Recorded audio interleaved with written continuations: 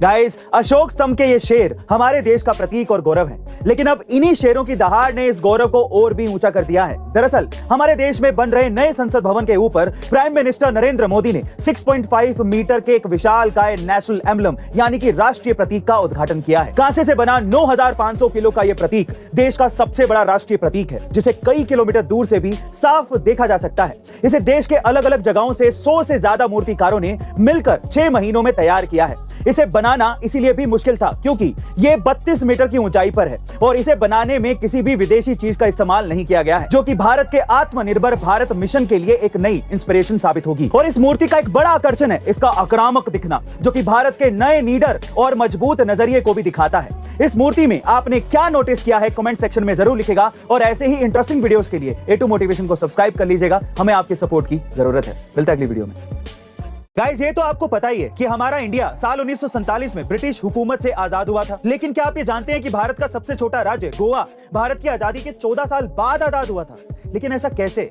दरअसल सदियों से गोवा पर पोर्टुगल लोगों का राज था और वो किसी भी कीमत पर इसे छोड़ना नहीं चाहते थे। लेकिन साल 1946-47 में जब बंटवारा हो रहा था तब गोवा पर किसी का ध्यान ही नहीं था, सिर्फ एक शख्स को छोड़कर, जिसका नाम था डॉक्टर राम मनोहर लोहिया। जी हाँ गाइस, राम मनोहर लोहिया जी ने ही सबसे पहले गोवा में आजादी की लहर चलाई थी और कहा यह भी जाता है कि गोवा की आजादी में लता मंगेशकर जी ने भी मदद की थी, जहां उन्होंने बिना फीस के भी अपने शोज किए थे ताकि आंदोलन के लिए पैसे इकट्ठे किए जा सके, जिसका असर फाइनली 1961 में दिखा जब सरकार ने विजय ऑपरेशन चलाकर गोवा को आजाद करा के भारत का अटूट हिस्सा बना दिया। वैसे गाइस, क्या आप इससे पहले तक गोवा का ये हिस्ट्री जानते थे? कमेंट सेक्शन में जरूर लिखेगा और ऐसे अमेजिंग वीडियोस के लिए A2 मोटिवेशन चैनल को सब्सक्राइब कर लीजिएगा। हमें आपके प्यार की जरूरत है। गाइस, श्रीला प्रभु जी एक ऐसे सन्यासी थे जिन्होंने पाकिस्तान में 12 कृष्ण मंदिर बनवाए थे, जहां आज भी रोज शाम को श्रीमद् भागवत गीता का पाठ पढ़ाया जाता है। यही नहीं, उन्होंने पूरी दुनिया के अलग अलग देशों में करीब 108 मंदिर बनवाए थे, जहां जाकर वो लोगों को गीता का महत्व समझाते थे। और इसी तरह एक बार वो गीता का ज्ञान देने अमेरिका गए हुए थे। तभी वहां पर एक रिपोर्टर आ जाता है और उनसे पूछता है कि इंडिया में रोज भगवान के नाम पर कोई ना कोई व्यक्ति भगवान बन जाता है, तो क्या आप भी उसी में से एक हैं? तो स्वामी जी ने बड़ी सरलता से गीता की ही एक बात से उसका उत्तर दिया। उन्होंने कहा कि नहीं, मैं भगवान नहीं हूं, मैं तो उनका नौकर हूं। और नौकर कहना भी गलत होगा, मैं तो उनका नौकर बनने की कोशिश कर रहा हूं। उनकी बात सुनकर रिपोर्टर हैरान रह जाता है और उनके चरणों में गिर जाता है। गाइस, श्रीला प्रभु जी ये चाहते थे कि पूरी दुनिया गीता के महत्व को समझे, लेकिन अब सवाल ये उठता है कि हम अब तक दुनिया के सर्वश्रेष्ठ ज्ञान को समझ पाए हैं? कमेंट सेक्शन में जरूर लिखेगा और ऐसे अमेजिंग वीडियोस के लिए शेयर, सब्सक्राइब एंड लाइक। मिलते हैं अगली वीडियो में। गाइस, अक्सर आपने देखा होगा कि गर्लफ्रेंड को छोड़कर जाने पर लोग दुखी होते हैं, लेकिन साउथ अफ्रीका में एक ऐसी घटना घटी जिसे सुनने के बाद आपके होश उड़ जाएंगे।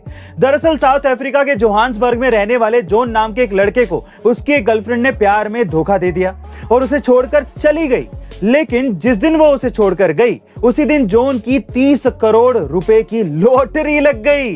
जी हाँ गाइस, फाइनेंशियल सेक्टर में काम करने वाले जॉन अब माला माल हो चुके हैं और शायद अब उनके मन में अपनी एक्स गर्लफ्रेंड के लिए ये गाना जरूर बजता होगा कि दुनिया शिकस्त तेरी सरेआम देखेगी और ठुकरा के मेरा प्यार मेरा इंतकाम देखेगी। वैसे गाइस, आपका इस इंसिडेंट के बारे में क्या ख्याल है? कमेंट सेक्शन में जरूर लिखेगा और ऐसे अमेजिंग वीडियोस के लिए शेयर, सब्सक्राइब एंड लाइक। मिलता है अगली वीडियो में। गाइस, एक कहानी है एक ऐसे प्लेन हाईजैक की जिसमें प्लेन हाईजैक करने वालों को सजा की बजाय रिवॉर्ड दिया गया।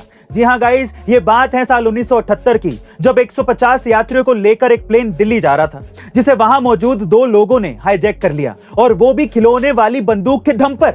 और उनकी डिमांड थी कि इंदिरा गांधी, जो कि इमरजेंसी लगाने के बाद जेल में थी, उन्हें रिहा किया जाए और उनके बेटे संजय गांधी के ऊपर से सारे चार्जेस हटा लिए जाएं। इसके अलावा उनकी एक और डिमांड थी कि वो प्लेन को पाकिस्तान और बांग्लादेश ले जाना चाहते थे। लेकिन जब एक हाईजैकर के पिता ने उन दोनों से वायरलेस के जरिए बात की तो उन दोनों के होश ठिकाने आ गए और उन्होंने प्लेन को वाराणसी में ही लैंड करा दिया, जिसके बाद उन दोनों को कांग्रेस पार्टी की तरफ से चुनाव लड़ने के लिए टिकट दिया गया। अब आप इसे क्या कहेंगे? भला प्लेन हाईजैक पर भी कोई चुनाव का टिकट कैसे दे सकता है? बट दिया गया है। आपका इसके बारे में क्या ख्याल है? कमेंट सेक्शन में जरूर लिखेगा और ऐसे अमेजिंग वीडियोस के लिए शेयर, सब्सक्राइब एंड लाइक। मिलते हैं अगली वीडियो में।